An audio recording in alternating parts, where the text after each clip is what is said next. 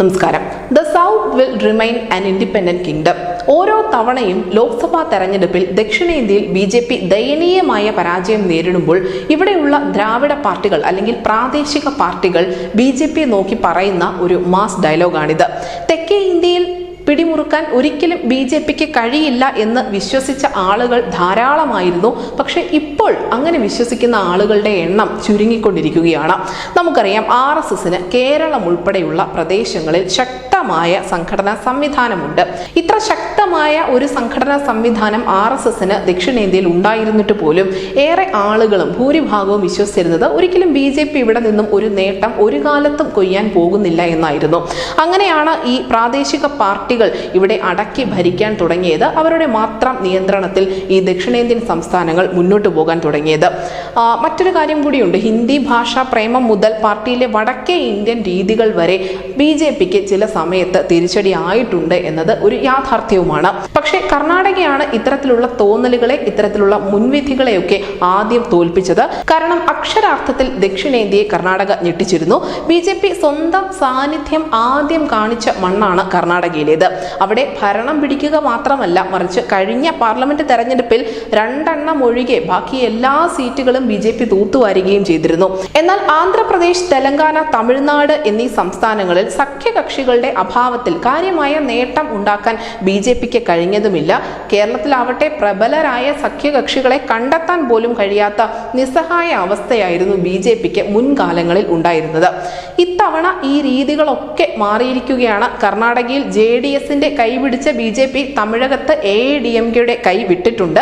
ആന്ധ്രാപ്രദേശിൽ TDPയുമായി സഖ്യമുണ്ടാക്കിയിട്ടുണ്ട്. കേരളത്തിലാവട്ടെ കോൺഗ്രസ് അധികായന്മാരുടെ മക്കളെ അടർത്തിയെടുത്തും ക്രിസ്തീയ സഭകളുമായി അടുത്തുകൊണ്ടുമൊക്കെ പുതിയ പരീക്ഷണങ്ങൾ നടത്തിയിട്ടുമുണ്ട്. ഇതിനൊക്കെ പിന്നിൽ ഒറ്റ ലക്ഷ്യം മാത്രമേ ഉള്ളൂ: 400 സീറ്റുകൾ NDA സ്വന്തമാക്കുക എന്നത്. നമുക്കറിയാം, ഇന്നലെയാണ് DMKയുടെ ഒരു ആഭ്യന്തര സർവേയുടെ ചില റിപ്പോർട്ടുകൾ പരസ്യമായത്. വളരെ രഹസ്യ സ്വഭാവമുള്ള ഈ റിപ്പോർട്ട് മാധ്യമങ്ങൾക്ക് ലഭിച്ചിട്ടുണ്ടായിരുന്നു. ഇത് വലിയ തോതിൽ തന്നെ തമിഴ്നാട്ടിലെ പ്രാദേശിക മാധ്യമങ്ങൾ ചർച്ച ചെയ്യുകയും ചെയ്തിരുന്നു. തമിഴ്നാട്ടിലെയും പുതുച്ചേരിയിലെയും പാർലമെന്റ് തെരഞ്ഞെടുപ്പ് കഴിഞ്ഞതിന് പിന്നാലെയാണ് DMK നേതൃത്വം വളരെ രഹസ്യമായി ഇരുചെവി അറിയാതെ ഇങ്ങനെ ഒരു സർവേ നടത്തിയത്. DMKയിലെ പ്രമുഖർ ചേർന്നുകൊണ്ട് തന്നെയാണ് ഈ സർവേ തയ്യാറാക്കിയതും. 32 സീറ്റുകളിൽ DMK വലിയ വിജയം നേടും എന്ന് തന്നെയാണ് സർവേ അവകാശപ്പെടുന്നത്. അതേസമയം തന്നെ തേനി, തിരുനെൽവേലി, ട്രിച്ചി, പൊള്ളാച്ചി, രാമനാഥപുരം അടക്കമുള്ള 7 സീറ്റുകളിൽ AIADMKയിൽ നിന്നും കടുത്ത മത്സരം തങ്ങൾ നേരിടുന്നുണ്ട് എന്നുകൂടി ഈ സർവേയിൽ DMK വളരെ വ്യക്തമായി പറയുന്നു. ഒരു സീറ്റിൽ പോലും ബി.ജെ.പി. വിജയിക്കില്ല എന്ന് അടിവരയിട്ട് ഈ സർവേ പറയുന്നുണ്ട്. പക്ഷേ ഒരു സീറ്റിൽ കടുത്ത മത്സരം നേരിടുന്നുണ്ട് എന്നാണ് സർവേ പറയുന്നത്.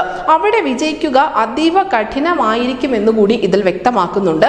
അതേസമയം ഏതാണ് ഈ ത്രില്ലർ പോരാട്ടം നടക്കുന്ന സീറ്റ് എന്ന് ഇതുവരെയും വ്യക്തമാക്കിയിട്ടില്ല DMK. അത് വെളിപ്പെടുത്തിയിട്ടുമില്ല. സംസ്ഥാനമൊട്ടാകെയുള്ള DMK തേരോട്ടത്തിന് വലിയ വെല്ലുവിളിയാകാൻ പോകുന്നതും ഈ സീറ്റ് തന്നെ ആയിരിക്കുമെന്നുള്ള ചില അഭിപ്രായം കൂടി ഈ സർവേയിൽ പങ്കുവെക്കുന്നുണ്ട്.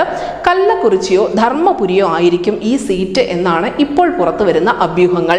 80% പോളിംഗ് രേഖപ്പെടുത്തിയ ഒരു സീറ്റാണിത്. നമുക്കറിയാം, തമിഴ്നാട്ടിലെ ആകെ പോളിംഗ് ശതമാനം വെറും 69.72 ആയിരുന്നു.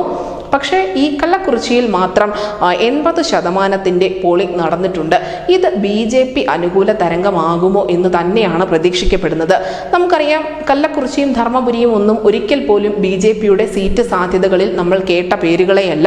കോയമ്പത്തൂരും നീലഗിരിയും ചെന്നൈ സൗത്തും അതിനോടൊപ്പം തിരുനെൽവേലിയും ഒക്കെ സ്ഥിരമായി കേട്ടിട്ടുമുണ്ട്. പാർട്ടി അവിടെയൊക്കെ വലിയ പ്രതീക്ഷ വെച്ച് പുലർത്തുന്നുമുണ്ട്. പക്ഷേ DMK ഈ ഒരു പട്ടികയിലേക്ക് 2 മണ്ഡലങ്ങൾ കൂടി കൊണ്ടുവന്ന് തന്നിരിക്കുകയാണ്. ഈ ധർമ്മപുരിയും അതിനോടൊപ്പം തന്നെ കല്ലക്കുറിച്ചിയും.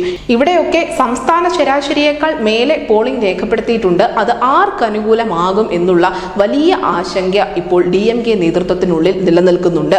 ഈ വടക്കൻ പാർട്ടി എന്നുള്ള പഴി തിരുത്തി അണ്ണാമലയും കൂട്ടരും നടത്തിയ പ്രവർത്തനങ്ങളൊക്കെ ഫലം കണ്ടിരിക്കുന്നു എന്ന് തന്നെയാണ് DMK പോലും ഇപ്പോൾ രഹസ്യമായി സമ്മതിച്ചിരിക്കുന്നത്. ചെങ്കോലും തിരുക്കുറലും വേലു നച്ചിയാരും ഒക്കെ മോദിയെ തുണയ്ക്കും എന്നതിന്റെ ശക്തമായ സൂചനകൾ കൂടി ഇതിനു പിന്നിലുണ്ട്.